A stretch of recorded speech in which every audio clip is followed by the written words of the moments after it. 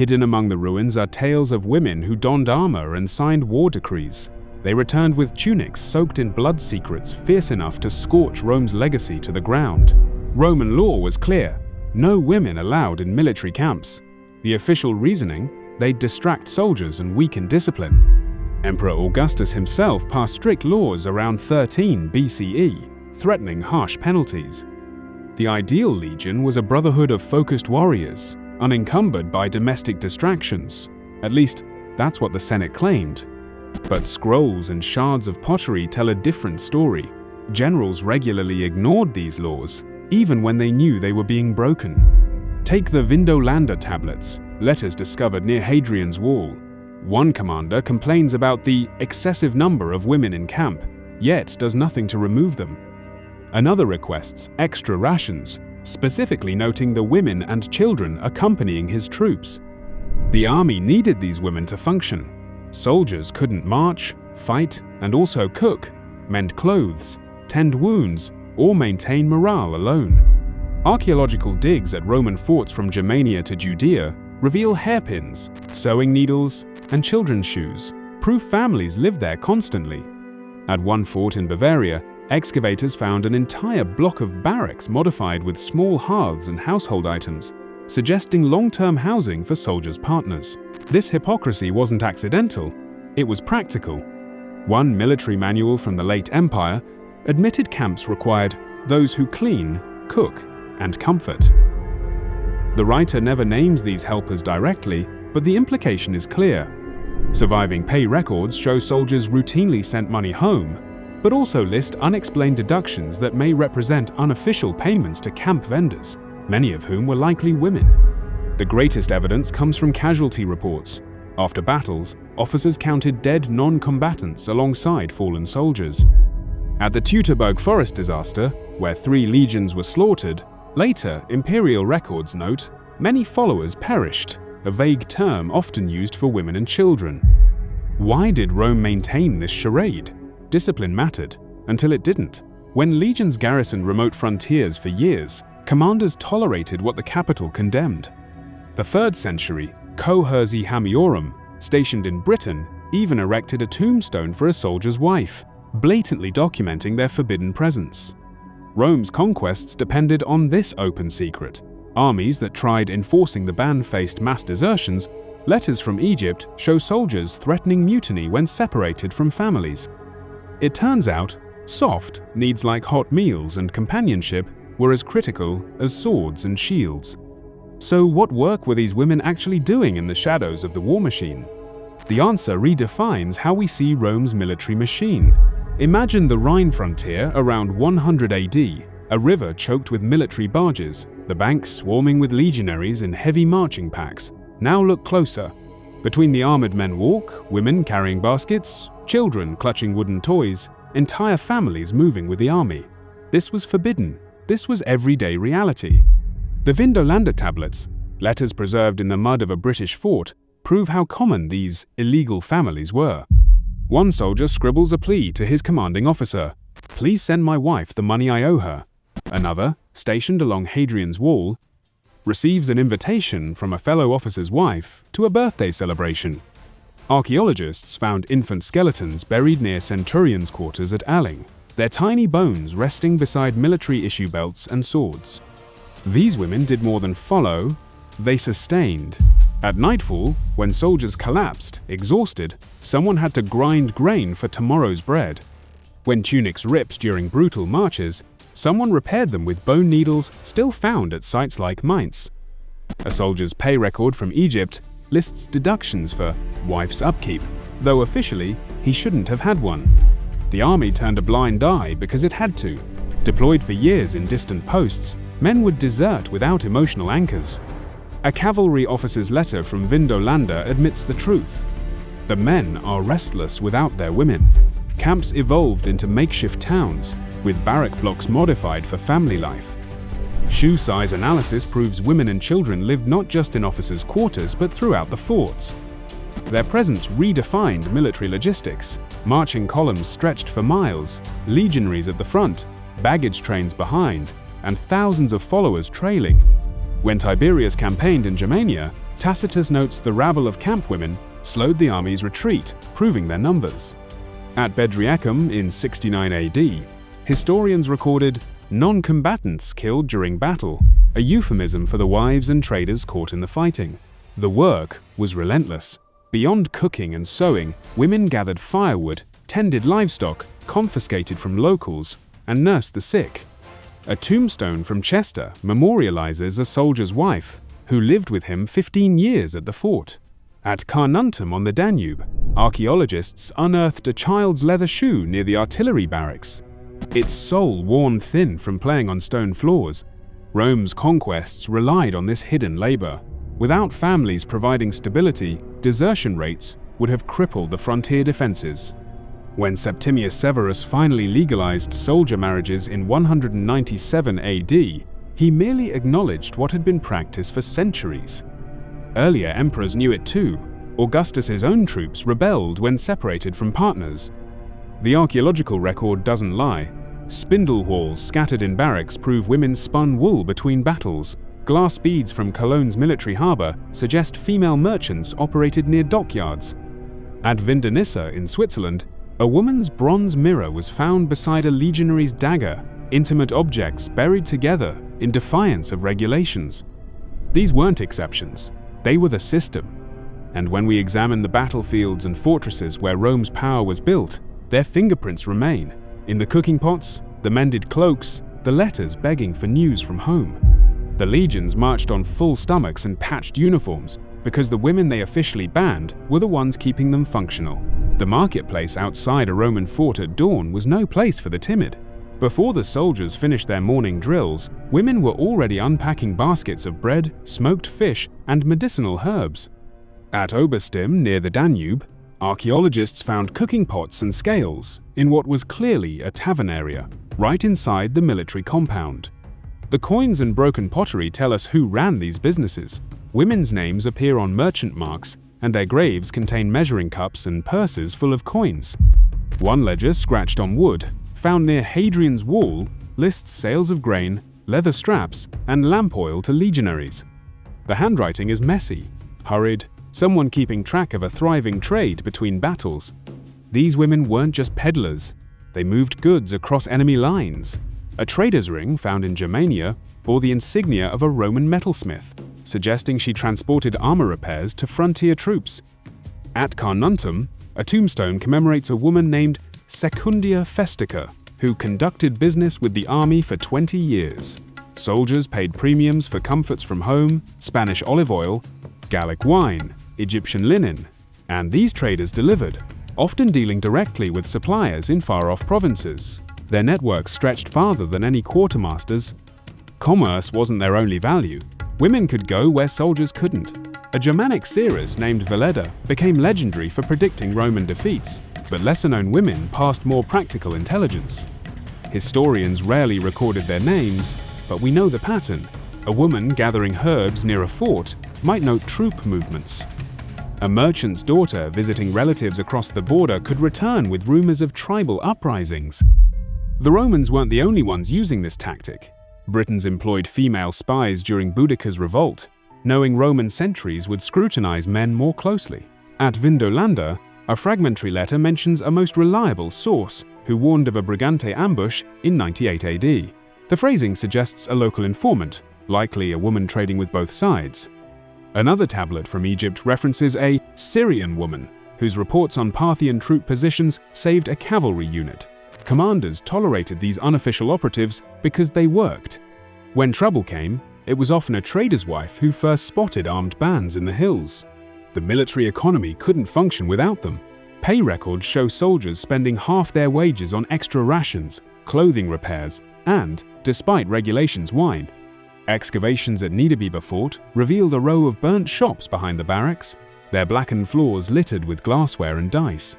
These weren't army issue. They were the stock of private vendors catering to off-duty troops. The army looked away because every denarius spent there cycled back into the camp's ecosystem. Their profits had strategic value.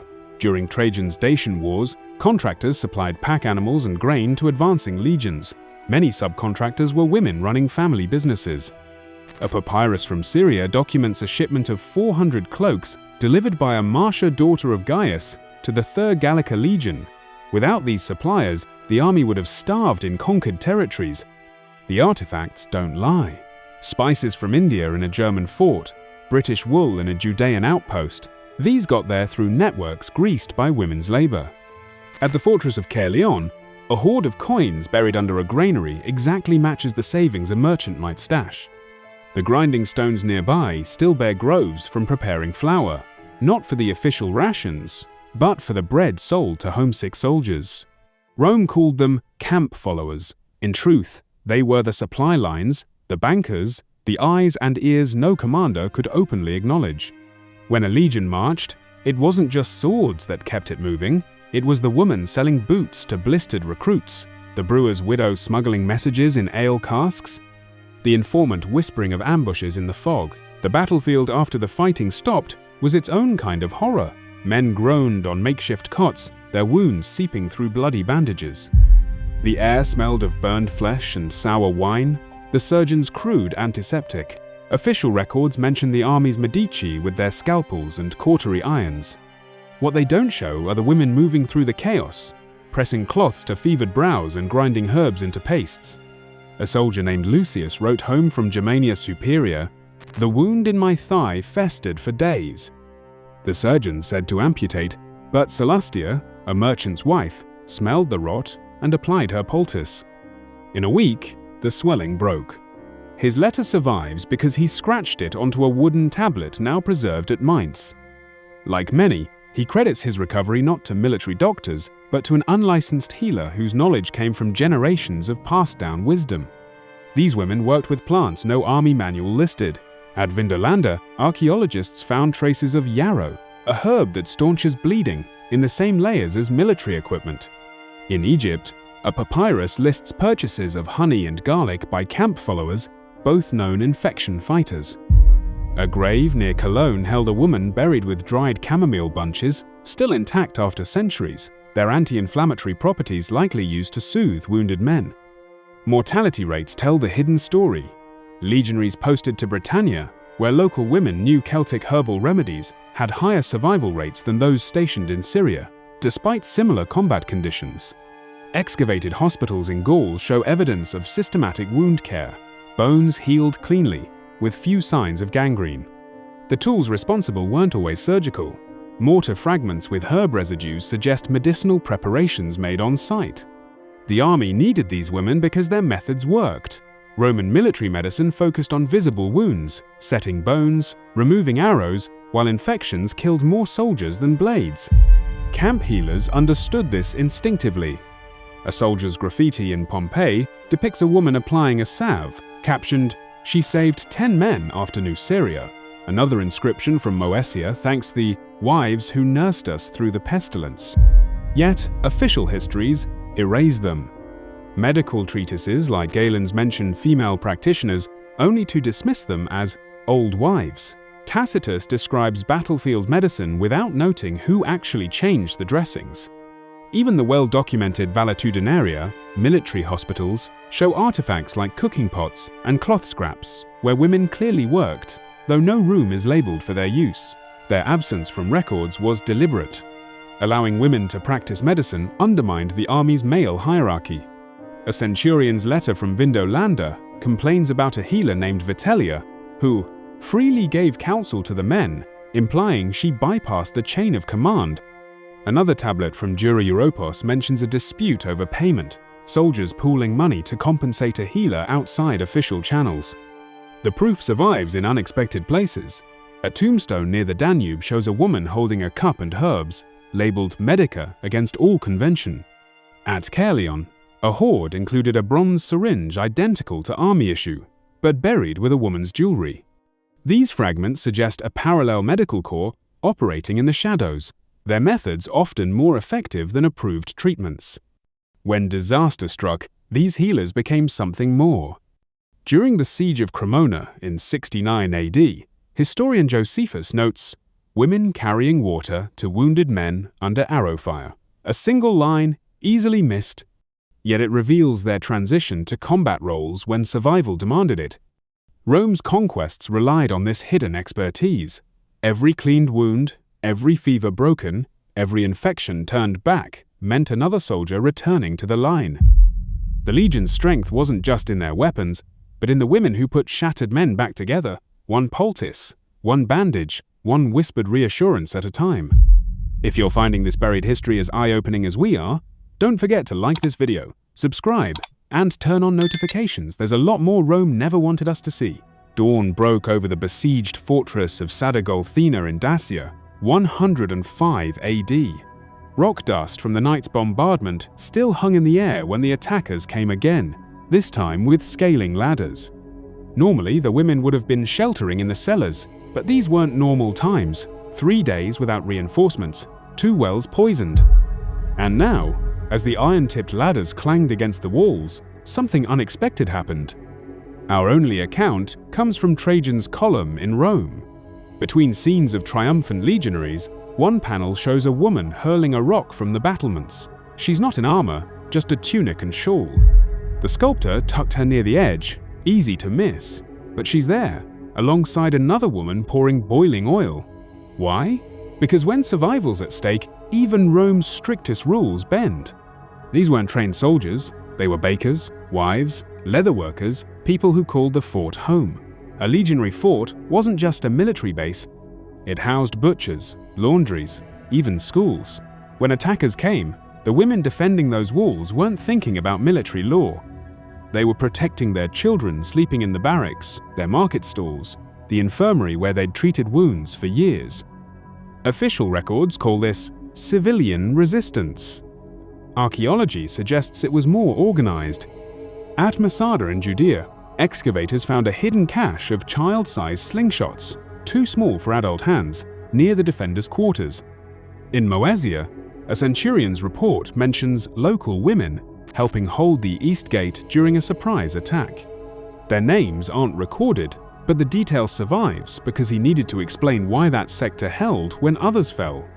These moments were rare but decisive. Roman law technically allowed women to defend their domiciles, a loophole that stretched when home was a military fortress. During Boudicca's revolt, Tacitus writes of women guarding supply trains, not just from looters, but in pitched battles. He disapproves, calling it against nature, but admits their intervention saved entire units. The military tolerated this because it worked. At the siege of Cyzicus in 193 AD, historian Dio Cassius notes women patched breaches in the walls with their own cloaks while under arrow fire. Their actions, officially improvised, bought enough time for reinforcements to arrive. Nobody punished them. Nobody questioned why they were on the ramparts.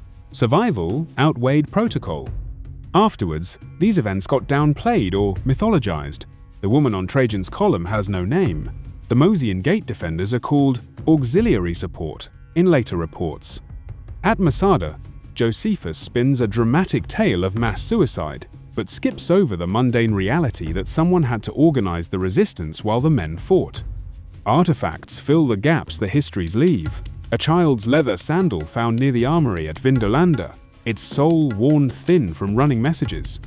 A bent kitchen knife from Carnuntum with its edge sharpened to a razor finish. The tombstone of Valeria Victrix in Germany, a woman buried with a spear and spindle, honored simply as protector of the 12th. Rome's greatest military contradiction wasn't that women fought, it was pretending they didn't when survival demanded it. Modern historians often dismiss these accounts as legends or exceptions. But when we check the dates, these so-called exceptions cluster during sieges, rebellions, and frontier collapses, exactly when manpower ran thinnest. The pattern repeats across the empire. Artifacts show women living in forts, letters prove they maintained supply lines, casualty reports list them as casualties. Is it really surprising they'd pick up weapons when the alternative was death? The evidence has always been there, we just didn't ask the right questions. So when you see that small figure on Trajan's column, remember, she wasn't breaking the rules, she was proving them inadequate. Because the real story of Rome's military isn't in the laws they passed, it's in the desperate moments when those laws were ignored. The question isn't why women fought, it's why we assumed they didn't. For centuries, Roman historians wrote women out of military history. Tacitus dismissed camp followers as useless mouths, while Livy framed them as distractions from soldierly duty. What changed? Archaeology forced a reckoning with the truth. The evidence was always there. We just weren't looking properly. 19th century diggers at Roman forts tossed aside domestic rubbish like hairpins and spindle whorls, keeping only swords and armor. A bias preserved in museum collections. Stuttgart's Landesmuseum once displayed 40 cases of military gear, while shelving the cooking pots and children's shoes from the same site. But these unimportant finds tell the real story. The silence served a purpose. Ancient historians like Josephus wanted to portray Roman armies as disciplined brotherhoods. Admitting women's roles undermined that image. A telling example, Plutarch describes Pompey's camp in 48 BC as having no loose women, yet contemporaneous letters from soldiers mention visiting local prostitutes near the same location. The contradiction wasn't accidental. Modern technology exposes these lies. Isotope testing on bones from Bavarian forts shows many camp followers were actually local girls, integrated into military life. Scanning electron microscopy proves medicinal pottery shards contain traces of pain, killing herbs like willow bark. Even Trajan's column, that masterpiece of imperial propaganda, hides women in plain sight, if you know where to look. The cost of ignoring this was immense. Textbook maps of Roman forts still label areas as barracks or armories, leaving blank spaces where women clearly lived and worked. Reconstructions show only male soldiers milling about, despite artifact evidence proving children played between the horse stables. This isn't just inaccurate, it's bad history. The implications are profound. If we've been wrong about women's military roles, what else did we miss? Recent studies suggest female traders funded entire campaigns through supply networks. Others propose that medics' wives may have pioneered early vaccination techniques using pus from smallpox survivors. This isn't about political correctness, it's about evidence. The same drills that produced perfect soldier graves also turned up women buried with spearheads and knives. The same tablets recording troop movements note payments to female spies. Rome's armies didn't march alone, and pretending otherwise distorts our understanding of how empires really function. The artifacts don't lie. From the Rhine to the Euphrates, the proof sits in museum storage rooms, loom weights beside arrowheads, infant teeth near cavalry spurs, love letters mixed with military dispatches. For every Trajan boasting of masculine conquest, there's a worn-down grindstone whispering the truth, that Rome's military machine depended on invisible labor, and that labor had a woman's face. Rome's legacies were built as much on hidden labor as on battlefield tactics. The women we've discussed weren't exceptions, they were integral to the military machine. Their stories, long buried in artifacts and overlooked texts, force us to rewrite history. Now it's your turn. Which role surprised you most? The camp followers defying orders? The battlefield healers? The merchants funding conquests? Or the women who seized weapons when survival demanded? History hides more than we know, so what else awaits discovery?